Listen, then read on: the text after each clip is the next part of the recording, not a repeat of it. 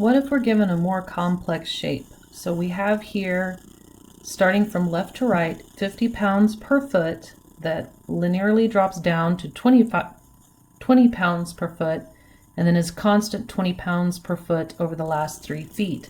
How then do we find the resultant force and the distance it's acting x bar?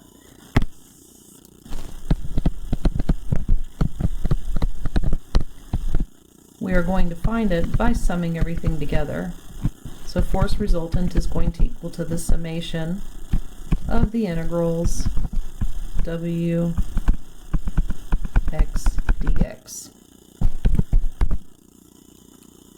So first I need my equation for this linear portion, and again using slope-intercept, wx is equal to negative 5x plus 50 dx.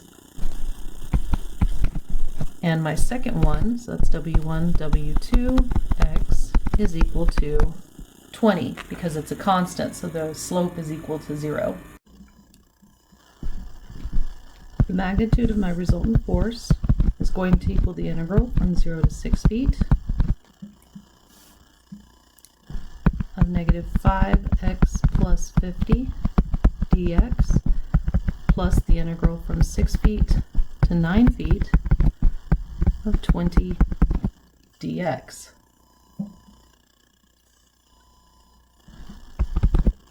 Solving for these values, I have a resultant force of 270 pounds. X bar FR will equal the integral from 0 to 6 feet of x times negative 5x plus 50 dx plus the integral from 6 feet to 9 feet of 20x dx, and that is equal to 990 pound-feet. This gives me a distance x bar equal to 990 pound-feet divided by 270 pounds, and that is equal to 3.67 feet.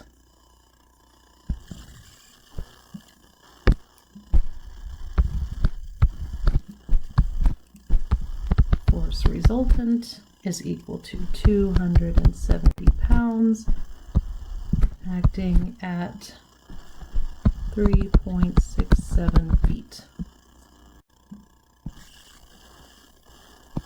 Can we solve this same problem with simple geometry? Sure we can. So instead of starting with finding the y equations, I'm going to break this into simple geometric shapes of a triangle, I'm going to call you area 1, and a rectangle, area 2. Now with the rectangle coming all the way across, that means the height of my rectangle over here is 20, which means the height of my triangle is 50 minus 20, which is 30 pounds per foot. That makes my solution FR is equal to a triangle 1/2 base times height plus my rectangle base times height, and this gives me a resultant force of 270 pounds, just like we got before. Now my x bar, I'm going to have to do a weighted average. So this is going to equal to the sum of each individual force resultant and their x bar all over the force resultant. So that's going to equal to my triangle 1/2 base times height. There's my resultant force, and then the distance to its centroid from the y-axis, which is 1/3 of 6 feet, plus my rectangle, 9 times 20. Yes, I'm being lazy and leaving off the units, so there's my resultant force. The distance to its centroid from the y-axis is 1/2 of 9 feet.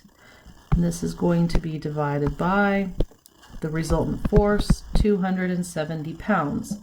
And this gives me an x-bar of 3.67 feet and 3 significant digits, which does match what we did by integration.